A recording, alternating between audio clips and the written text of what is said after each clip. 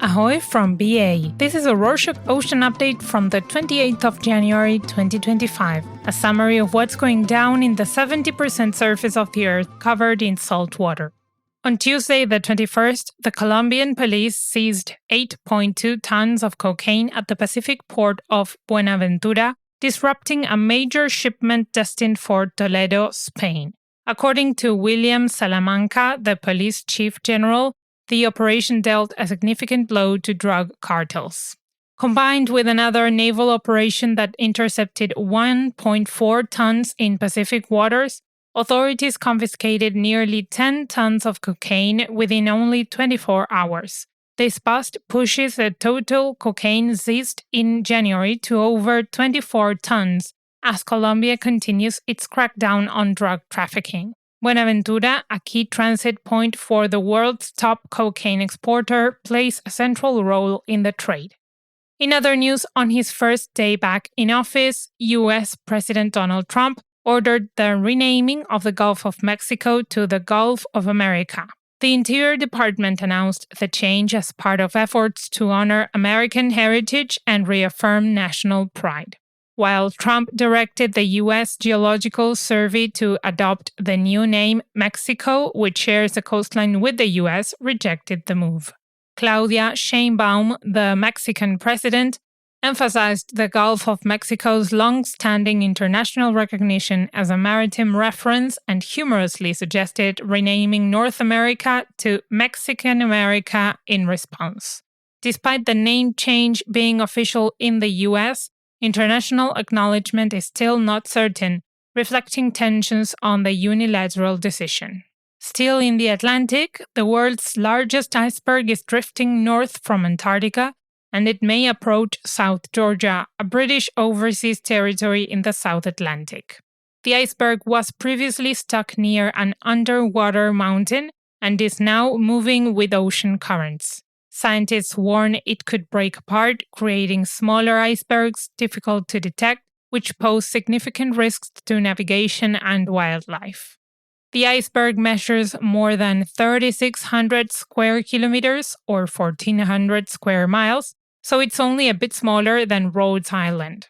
It could block wildlife feeding grounds or disrupt shipping and fishing near South Georgia.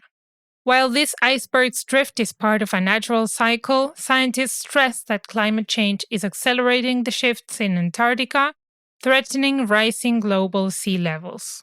Talking about the Antarctic Ocean, new research published in the journal Science on Friday the 24th found that krill's vertical migration contributes less than 10% to the transfer of carbon to the deep ocean. Instead, their fecal pellets, which sink fast, can export up to 40 million tons of carbon annually and play a more significant role. The study showed that only about 25% of the krill population migrates, most of them in winter, when phytoplankton and carbon are scarce. This finding could affect carbon export models, which currently overestimate krill migration's role by up to 215%. From one pole to the other, a study published on Wednesday the 22nd in the journal Nature revealed that Arctic cyclones have significantly contributed to rapid sea ice loss over a short period of time, especially during summer months.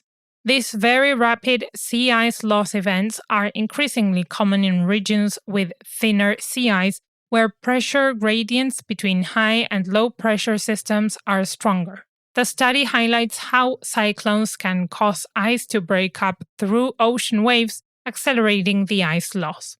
While cyclones can sometimes help preserve sea ice by increasing cloud cover early in the season, they generally contribute to melting or reduced growth later.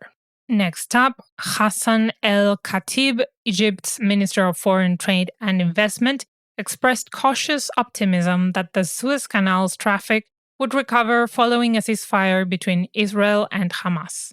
The Suez Canal's revenue dropped over 60% due to attacks on Red Sea shipping by Yemen's Houthi rebels who support Hamas. Although the ceasefire has eased some tensions, El-Khatib emphasized that recovery will take time. The government plans to attract foreign investment with several asset sales expected in 2025 to raise up to $2.5 billion. From one canal to the other, as we talked about in our previous shows, tensions rose in Panama after Donald Trump threatened to take back the Panama Canal. Panama's officials strongly rejected Trump's allegations of Chinese control over the canal, emphasizing that Panamanians fully manage the waterway. According to an article published in The Guardian on Sunday the 26th, Trump's threats have sparked diplomatic turmoil, with Marco Rubio, the U.S. Secretary of State, potentially visiting Panama to discuss the situation. The Panama government is also conducting an audit of canal ports. Economic pressure remains a genuine concern for Panama as it navigates these heightened tensions. The Panamanians, especially those who lived through the 1989 invasion, strongly oppose any U.S. interference. Let's sail to the Black Sea. According to Mircea Feket, Romania's environment minister, the country will establish its first Black Sea fish farms in 2025, marking a significant step forward after decades of delay. Specific areas have already been designated for these farms, which will produce mussels, oysters, rainbow trout, and sea bass, all species currently imported from countries like Greece and Bulgaria. Feket emphasized that leases for investors will span about 20 years, ensuring ample time to recover their investments. The government also plans to streamline bureaucratic processes and build the necessary infrastructure to support the farms. Romania's fish consumption remains below the EU average, with 2021 data showing per capita consumption at 8 kilograms, mostly through supermarkets. Trout, carp, mackerel, and salmon are the most popular species among Romanian consumers. Talking about the Black Sea, on Tuesday the 21st, Denis Bulanov, a deputy in the Saratov Regional Assembly, proposed renaming the Black Sea to the Russian Sea to highlight Russia's historical and cultural identity. He pointed out that the Black Sea had been known by this name in ancient Russian chronicles. Bulanov suggested this change for internal Russian use without seeking international approval, sparking mixed reactions. While some argue the name change is unnecessary and could cause international tension, others see it as a symbolic gesture to reclaim cultural heritage. This idea aligns with global trends of revisiting geographical names for historical or political reasons, though it risks creating diplomatic friction with neighboring countries like Turkey. Let's have a look at the Mediterranean Sea. According to the German NGO Sea Punks, a shipwreck in the Mediterranean on Sunday the 26th resulted in the death of 2 children, while 17 other migrants were rescued. The incident occurred in the Maltese search and rescue area. Sea Punks reported that they found 1 child dead, while their medical team saved another child's life after performing CPR.